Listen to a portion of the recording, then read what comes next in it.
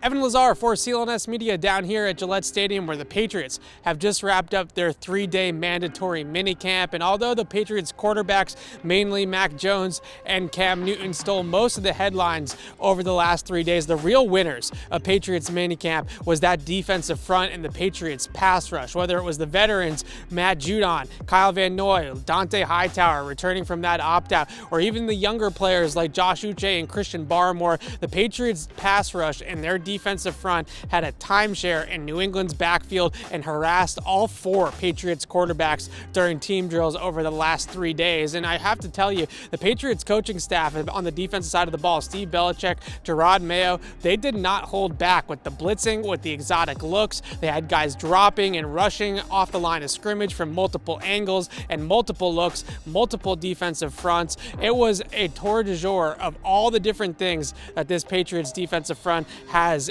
to throw at opposing quarterbacks, and they really didn't hold back, not even in a mini camp. And I haven't really seen in the 3+ years that I've been covering the team an aggressive mini camp like this one like we saw. Now, maybe the Patriots coaching staff wanted to really test the quarterbacks in the protections and how quickly they could react to these sort of things, and it was sort of a yin and a yang situation where the offensive coaches wanted to see how the quarterbacks handled some pressure and how poised they were while under pressure and how they were able to protect themselves pre-snap, and the defensive coaches wanted to see what they really had in terms of the multiplicity of the different looks that they could give the offense. So it sort of went hand in hand a little bit, I think, from both coaching staffs. But really, the Patriots defensive coaches just teed off on the Pats QBs here in these last 3 days. And Josh Uche, Christian Barmore, Dante Hightower, Kyle Van Noy, Matt Judon at times as well, Henry Anderson, the veteran defensive lineman too.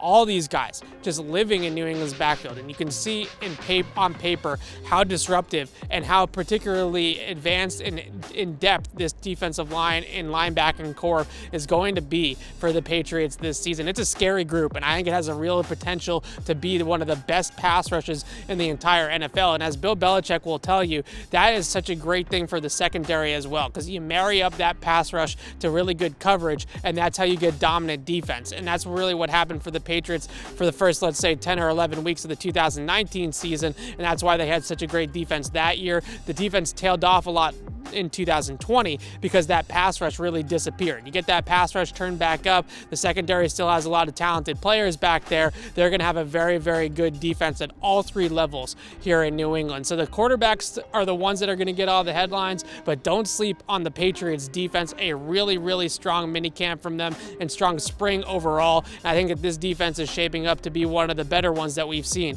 in recent memory. For all the rest of our Patriots coverage, check out our Patriots Press Pass YouTube channel and keep it right here over the summer break and into training camp towards the end of July. I'm Evan Lazar for CLNS Media. Thanks for watching.